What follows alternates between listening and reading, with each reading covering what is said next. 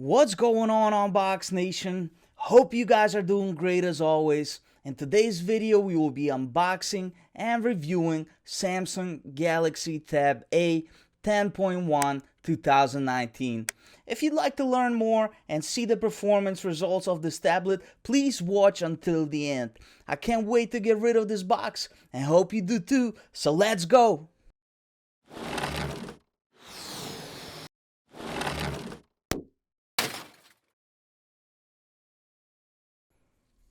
It's a very nice, neat looking box. Now let's take a look what's on the inside.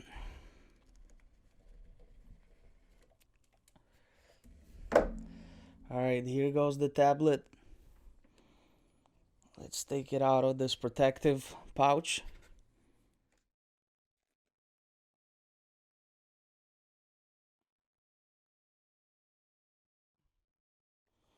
Wow, it has a very nice feel to it.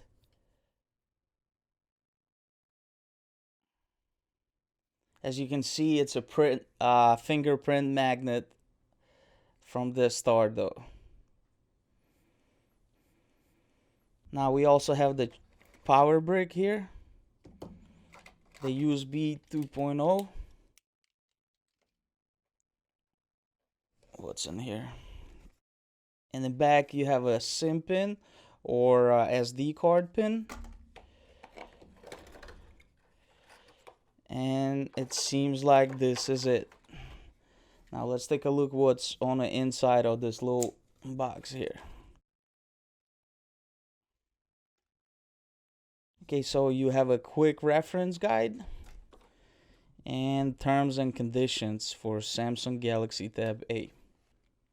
Now let's clean up the mess, guys, and take a deeper look into the tablet itself. Alright guys, now that we cleaned up the mess, let's talk about the design of the tablet. The Samsung Galaxy Tab A is the best looking tablet you'll find in its price range, in my opinion. There's two versions, an 8-inch and 10.1 inch, which is the one that we have here today. The new Tab 8 is made of aluminum rather than plastic. The aluminum finish feels like the one on an iPad. Unfortunately, it's not completely metal. Samsung had to make the antennas for wireless communication plastic so it can send and receive wireless signal without problems. Approximately 1 finger or an inch wide strip in the back is made of plastic. However, because of mostly metal body, it does feel high-end. Guys, smash that like button if you like that aluminum body design, and comment down below if you think that it would be nice if the plastic was avoided at all. Compared to its ancestors, the design of Samsung Galaxy Tab 10.1 2019 has changed a lot. We don't have any physical buttons underneath the screen anymore. And Samsung has also revamped the screen by trimming down the screen borders significantly since the last version of this tablet released in 2016. With the dimensions of 9.65 inches in length, 5.8 inches in width, and 0.3 inches in thickness, making it pretty slim.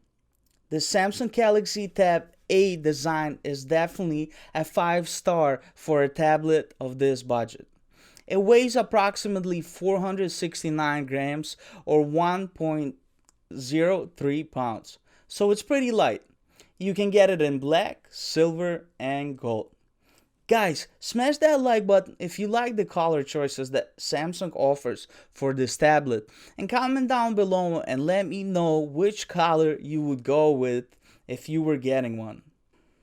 If you're looking at the tablet in portrait mode, you will find power button, volume controls, a micro SD card slot that can support an SD with a capacity of up to 512 gigabytes on the right side of the tablet.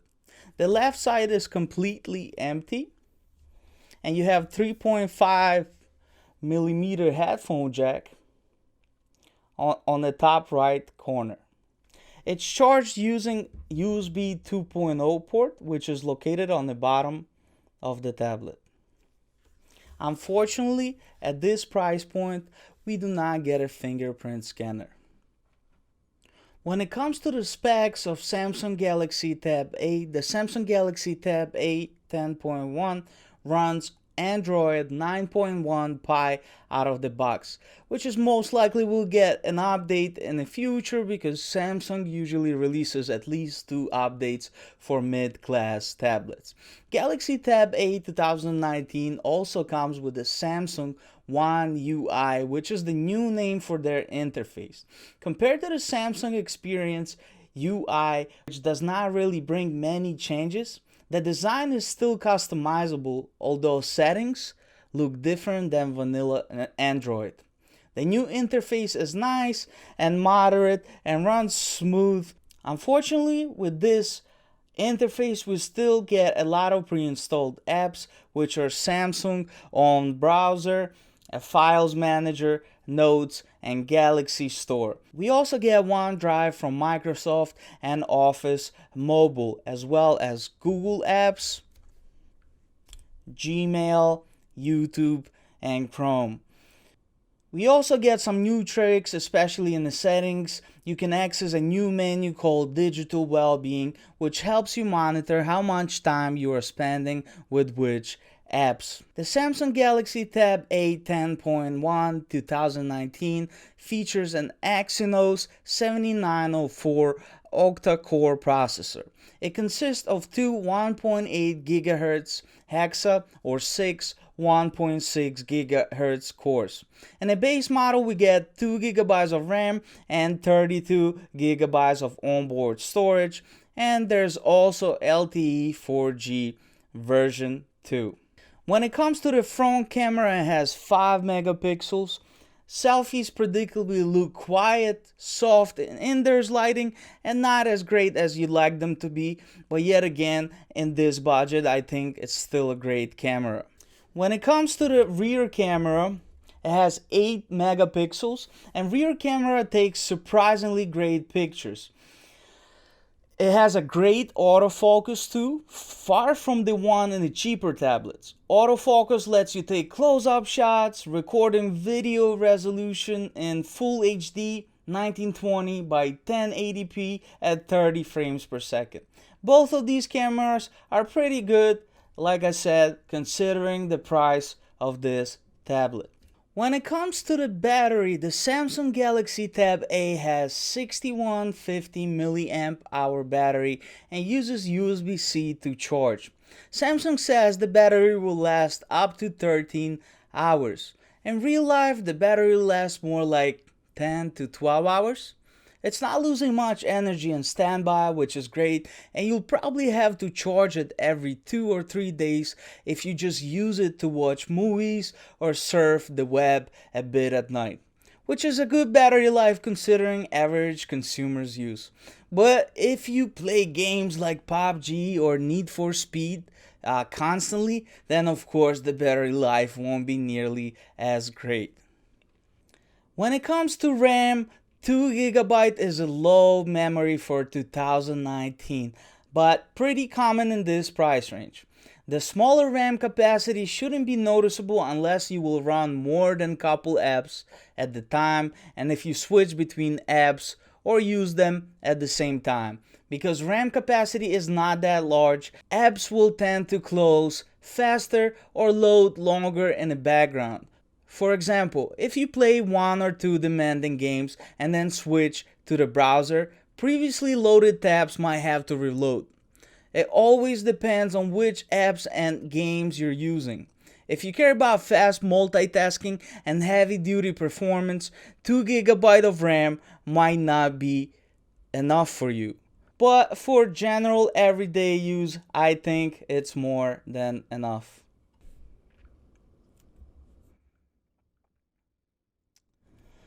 The tablet also has Wi-Fi.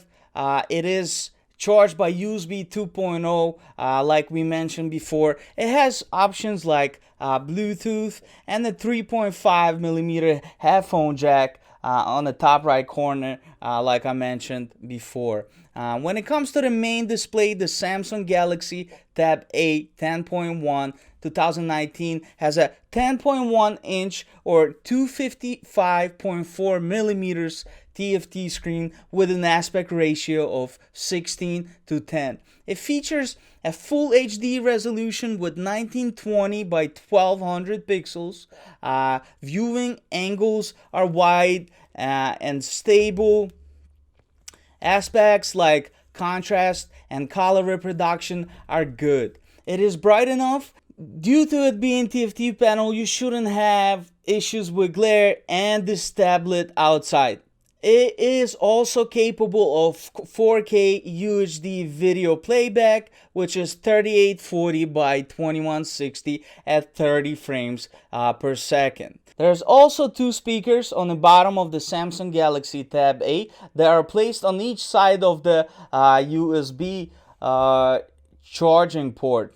Trying to make sure you guys can see that due to the lighting issues. Hopefully you get it. So basically they are placed over here. Even though there's only two speakers, due to Dolby Atmos surround sound, they sound pretty great. And once you turn that option on, you won't want to go back. And you can find this option over here in the scroll down menu. As you can see it, I have it turned on and it's very useful. With the UE Wonder Boom sound.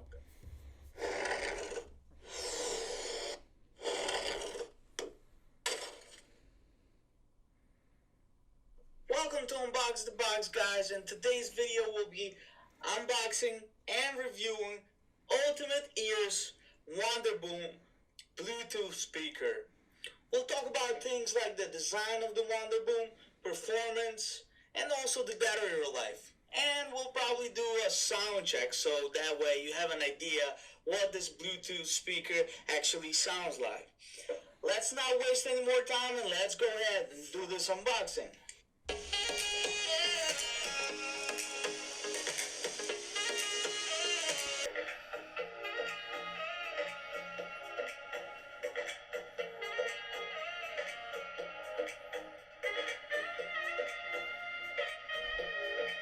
In case of the Galaxy Tab A 10.1 2019, the software highlight of the new UI is not a software itself, but features which the tablet offers additional added value. One of them is called Smart Things, and this feature turns your tablet into smart home control center.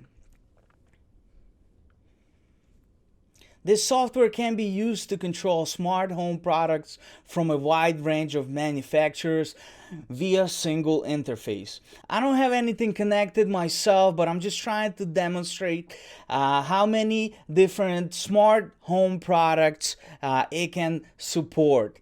This feature will save you the hassle of switching back and forth between the different manufacturer apps. According to Samsung, it already supports about 400 products worldwide. And not only those from their own line, but also from third-party manufacturers. Another one is Kids Home. And this is a great feature for parents who want to monitor how much time their kids spend on a tablet and restrict what they can and cannot do. This feature transforms the tablet completely into kids' world. It is protected by the passcode which parent can set and won't allow kids to do certain things even when the kid will try to get out the feature into the main home screen until parents unlock it. So I'll demonstrate it for you. As you can see, I'm pressing the home button and nothing works. The only time you can exit the feature is if you press the back button, and then you have to enter the passcode that the parent can set, and only then the tablet will allow to exit that feature. Guys, for those of you who have kids or younger siblings, hit that like button if you think this is a great feature for the kids, and comment down below if you think you would utilize it for your kids and feel safer with them using this tablet. Here we are, guys, at the most exciting part where we will do the benchmark testing in Antutu. Unfortunately, the Geekbench app is not supported on this tablet for some reason, but let's not waste any more time and get the Antutu started.